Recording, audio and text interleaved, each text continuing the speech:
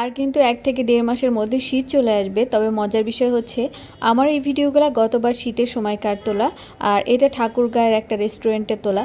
হঠাৎ করেই আজকে আমি আমার গ্যালারি চেক করতেছিলাম, কারণ ফোনের স্পেস একদমই কম দেখাচ্ছিল। ভাবছিলাম কিছু ভিডিও ডিলিট করে দিব।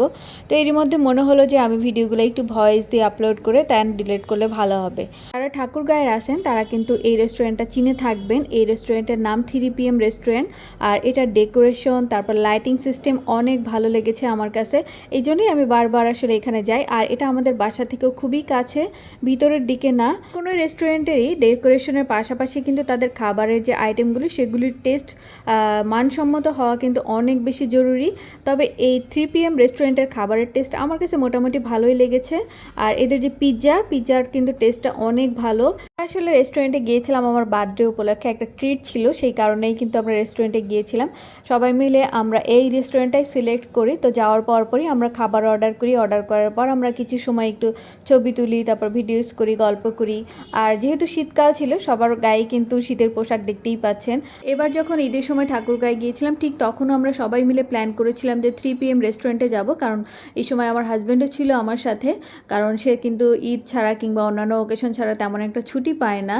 তবে আসলে এবার ঈদের সময় এত বেশি গরম ছিল আর এত বেশি ব্যস্ততা ছিল যে ওই সময়টা হয়ে ওঠেনি সবাই মিলে রেস্টুরেন্টে যাব। তো এবার কিন্তু আর মিস হবে না। নেক্সটে যখন আবার ঠাকুরগাঁয়ে যাব, আমরা সবাই মিলে কিন্তু আবার 3PM রেস্টুরেন্টে যাব। রেস্টুরেন্টটা যেহেতু ছাদের উপরে, এই কারণেই কিন্তু অনেক বেশি ভালো লাগে। আর এটা লাইটিং সিস্টেমটাও তারা অনেক বেশি সুন্দর করেছে।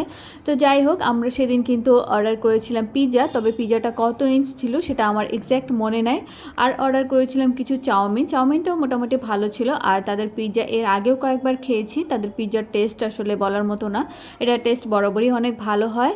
তো আমরা কিন্তু সবগুলি খাবার শেষ করতে পারিনি, কারণ পিৎজা খাওয়ার পরপরই আমাদের পেট একদম ভরে গিয়েছিল। তারপর আসলে চাউমিন অল্প করে খেয়ে বাকিটুকুন আমরা আসলে পার্সেল করে নিয়ে বাসায় চলে আসি। একসাথে কোথাও খেতে যাওয়া অথবা কোথাও ঘুরতে যাওয়া, এই ব্যাপারগুলি আমার ছোটো ভাই অনেক বেশি এনজয় করে, কারণ সে সচরাচর ওইভাবে ঘুরতে যেতে পারে না অথবা টাইম স্পেন্ড করতে পারে না আমাদের সাথে, কারণ আমরা যেহেতু বাইরে থাকি। সো তাই ট্রাই করি যখনই বাসায় যাই, মানে ঠাকুরগাঁয়ে যাই, তখনই ট্রাই করি তাকে নিয়ে কোথাও ঘুরতে যাওয়া অথবা খেতে যাওয়া। আর এতে করে কিন্তু দেখা যায় ভাই বোনের মধ্যে যে বন্ডিং আর তাদের প্রতি শেয়ারিং কেয়ারিং, এই ব্যাপারগুলি অনেক বেশি গ্রো করে। আজকের ভিডিও কিন্তু আমার এই পর্যন্তই। দেখা হবে অন্য কোনো ভিডিওতে। সেই পর্যন্ত সবাই ভালো থাকবেন, সুস্থ থাকবেন।